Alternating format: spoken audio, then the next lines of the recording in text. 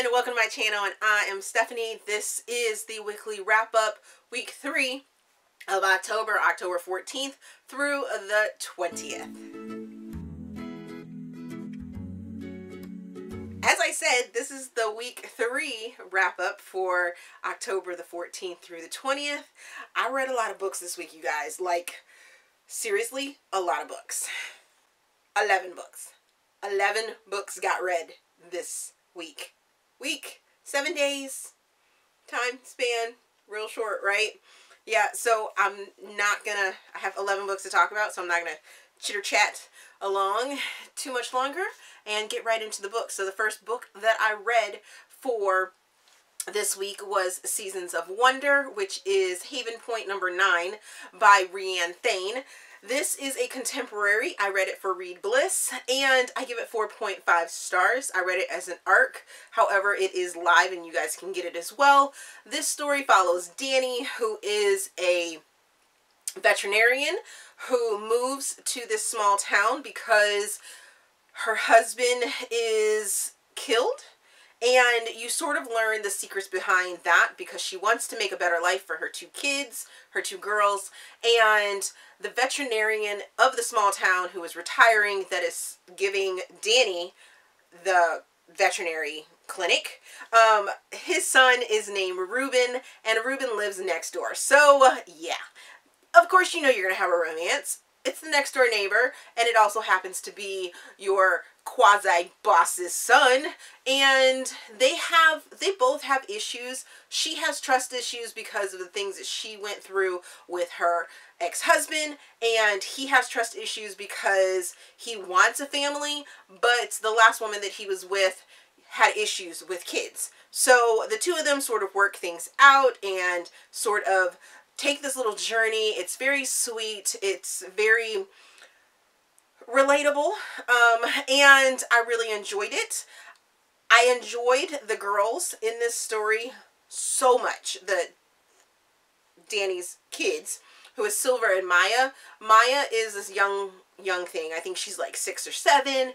And Silver is a teenager, so she's going through her teenager moods and things like that. I just thought it was really, really sweet story. The next book I read was The Baller by Vi Keeland, and I placed this in contemporary. I also read it for Taste of Romance book club or Goodreads group over on Goodreads. And this book right here, I give it 5 stars.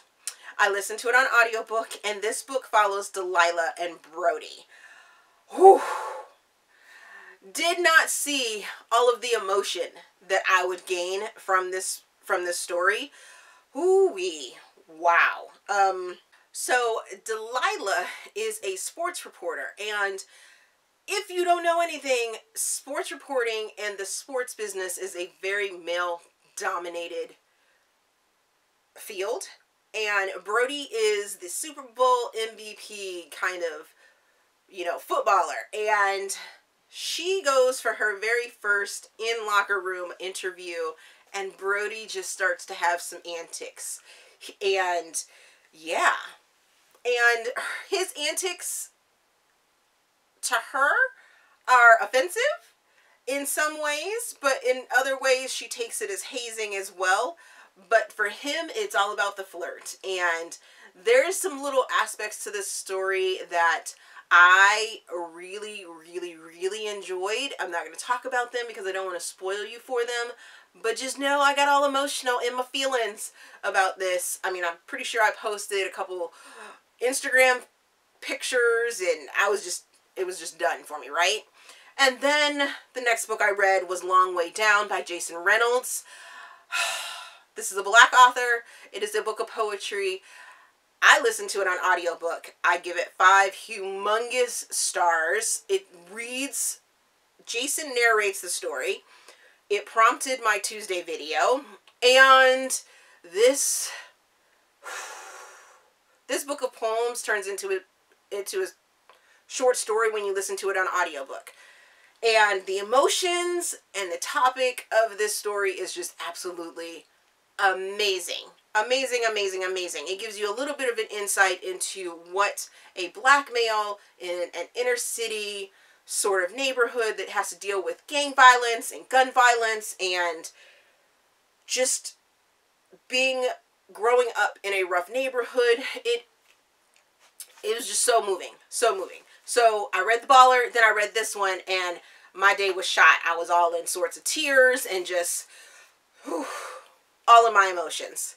Then I read Turning 3012 by Sandy James. I placed this in contemporary. I read it for Read Bliss. I give it 4.25 stars or so. I listened to it on audiobook, and this is a reread for me. This book follows Jackie. Jackie is a recently divorced teacher, biology teacher, and she has 2 grown kids that are now off to college, and she has to sort of navigate that whole dating system again. Well, one day while she's getting ready for her classes to start after summer break is over, she sees these 2 young girls in the, like an Office Depot or Staples or what have you, a sort of stationery store. Wow, I couldn't get that out. But she helps them out with picking a planner, letting them know that, hey, because you're going to the high school, this specific high school that she works at, you don't need to work on, you don't need to get a planner. And she sees that they're not there by themselves. They have their dad with them. His name is Mark, and he is a recent widower. And the 2 of them sort of try and take this journey together into dipping their toes back into the dating pool. They both have baggage, and they have to navigate some things through their journey. And I just love this. This is more of a mature woman's book. When I read it, I was 30. The first time I read it, I was 35. Now I'm 40. So 5 years later, I still really enjoy this book. It is about self-discovery. It's about finding yourself and knowing that you are okay being yourself. Loved it. Then I read Hunters of Demons, Spectre #1 by Jordan L. Hawk. And I placed this in urban fantasy. I read it for my romance roundabout. It closed out my category for urban fantasy. Thank you, Jesus. And I gave it 3 stars. 3 stars. Listened to it on audiobook. I don't know, maybe it was the audiobook narrator, but it just wasn't working for me. Now, had it just been an action-filled sort of paranormal book, I probably would have liked it more, because the male-on-male romance that was kind of thrown into the mix just seemed that way. It just seemed like it was thrown in. I didn't feel a spark between the 2 characters. You have Caleb, who is recently possessed by a possible demon or a supernatural entity, and you have John, who is part of what we would consider Homeland Security, and he is trying to perform an exorcism on Caleb, to get that otherworldly entity out of him, and it's supernatural, and yeah. Yep. I also read it for Genre-a-thon, because Genre-a-thon is occult books. So supernatural, magic, things like that. This one falls into that. Now, I give it 3 stars because I wasn't feeling it, because I wasn't feeling the romance in it, but that doesn't mean someone else might enjoy it. And I also heard from one of my friends on Twitter and BookTube that the series has gotten high praise. So I may try and listen to the rest of the series. Maybe. The next book I read was Monster by Walter Dean Myers. I placed this in young adult crime screenplay. And this is a black author. This story, I give it 3 stars. I listened to it on audiobook. So I think that my main issue with this story was that it was a screenplay. It was written, like, seriously in a screenplay format. It gave you the fade to black here, scan the audience to do this, or scan the jury to do that. So this story follows Steve, who is part of a case where there was a robbery, there was a murder, and he was supposedly the lookout. So I had a lot of issues with the story per se, more than I had issue with the actual outcome of the verdict, because you do go from Steve being in lockup, being held while he's on trial.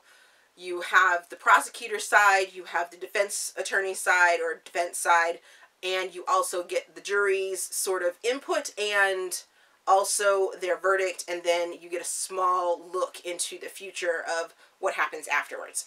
It just didn't feel right to me with all of the screenplay aspects to it. I don't know, maybe if I read it in physical form it would be a little different, but it just, I wasn't feeling it.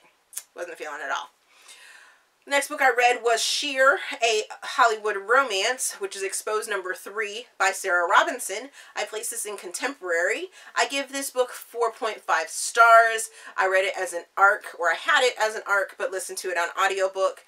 And this book follows the third Reynolds sister, who is Simone. Simone is a singer, and she gets a role in a live musical. Well, the live musical decides to bring in this music producer whose name is Grant. Grant is sort of hiding out in the United States from New Zealand, I believe it is, because of some shady things that are going on there. And the two of them start to interact and start to get to know each other. She has some issues with trusting. He has some issues with trusting. They try to work things out together, and yeah. So I loved the series epilogue for this because we get to see what happened to all 3 of the girls that we have already met in Nudes, Bear, and now Sheer. It was so good. It was so very good. I will miss the Reynolds sisters, like, so very much. So very much. The next book I read was Slappy Birthday to You, Slappy World number 1 by R.L. Stein. I place this in horror. I give this book 3 stars. Yeah. 3 stars. This was part of one of my physical book reads. Oh my god. Don't know that I will let my 10-year-old read this. Me and him, we don't like scary things. So this book was creepy as hell. And I know this book came out after Child's Play did. So Child's Play is this movie about a little doll that comes to life and starts killing things, right?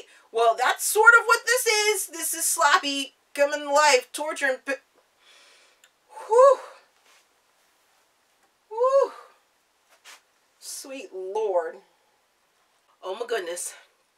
Creepy. So very creepy. So creepy.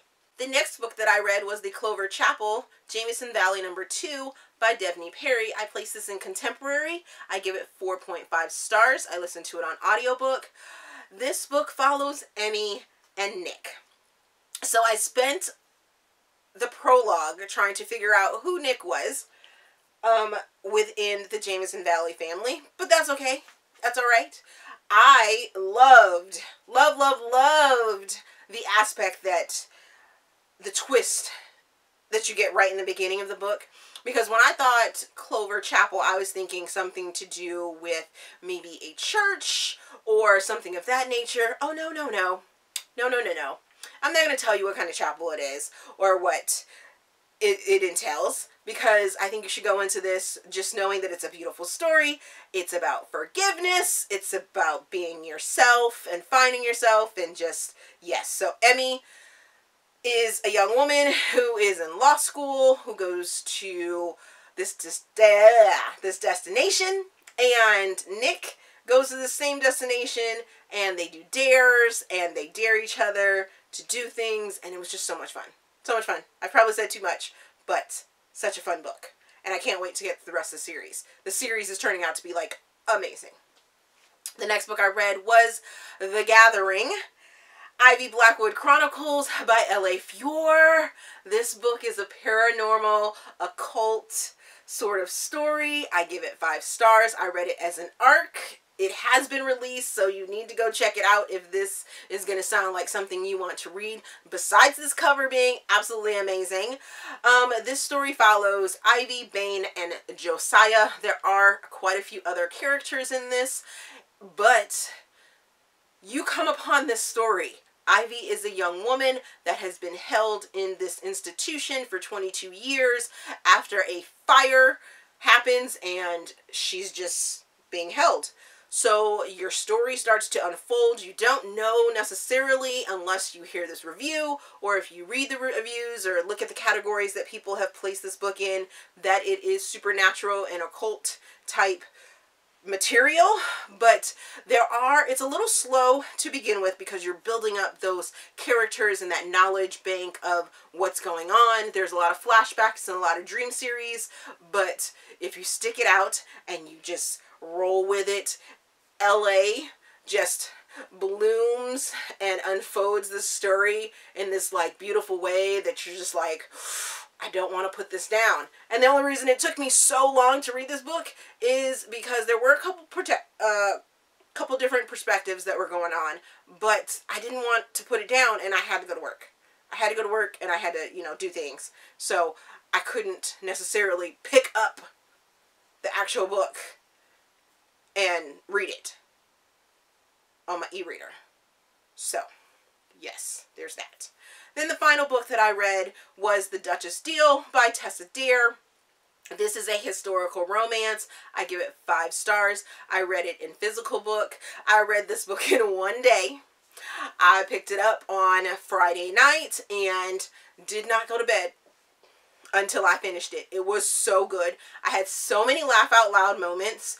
I was semi-buddy reading it with Amanda and Lauren. But yes, this book follows Emma and it follows Ash. Emma is a dressmaker who makes a dress for Ash's fiance, and when she doesn't come and pick it up, she marches her little self over to the house and is like, Duke of Ashbury or Duke Ashbury, you need to give me my money for this hideous gown, but you're going to pay me. Well, he's like, homegirl doesn't want to marry me, so how about you marry me? And this is their journey of that whole fake fiance or fake marriage that could turn into something more. And it's absolutely hilarious. It is sexy. Oh my god. Oh my goodness. You would think that some of the sexy, steamy, yummy times were modern day, but they're not. But they're just so great. And some of the things that happen is just to like laugh out loud. So much fun. So much fun. So those are the books that I read last week. Let's get into what I'm currently reading so you guys can know what's up. So I am currently reading 30 Days by Christine Diablo. I am reading this as a physical copy, and I have Monday off, so hopefully I can get through this book because it's all kinds of steamy, and come to find out it has a sequel, so I'm really excited to get to this. I am also reading Love in Catalina, Cove by Brenda Jackson, and I'm reading this for my Read Bliss project that you guys will see here in the near future. I am also reading Secrets by Aleatha Roman, which is an arc for me, so you guys can't join in with this, but this is Aleatha's tip back into the dark side of her writing, which I absolutely love. The early sort of comments that I've seen about it is that people like me that love her are loving this, so I can't wait to dive in. Some of my good book friends are like, have you read it yet? Oh my god, you need to read it. You need to get to it. And I'm like, I will. I have some other things on the plate, but I have to get to first, but I'm gonna read this before it comes out, so yes. So yes, those are the books that I read last week for October the 14th through the 20th, a whole whopping 11 of them, and what I'm currently reading. I hope you guys enjoyed my commentary and my comments about them. thank you so much for watching. Let me know if any of those are interesting to you. Can't wait to hear your thoughts. If you've read any of them, let me know down in the comments. As always, if you enjoyed this video, please give me a big thumbs up and subscribe to the channel. Also, there is a feedback form down in the description box so you guys can help me improve my channel. Thank you for watching, and we will see you guys later.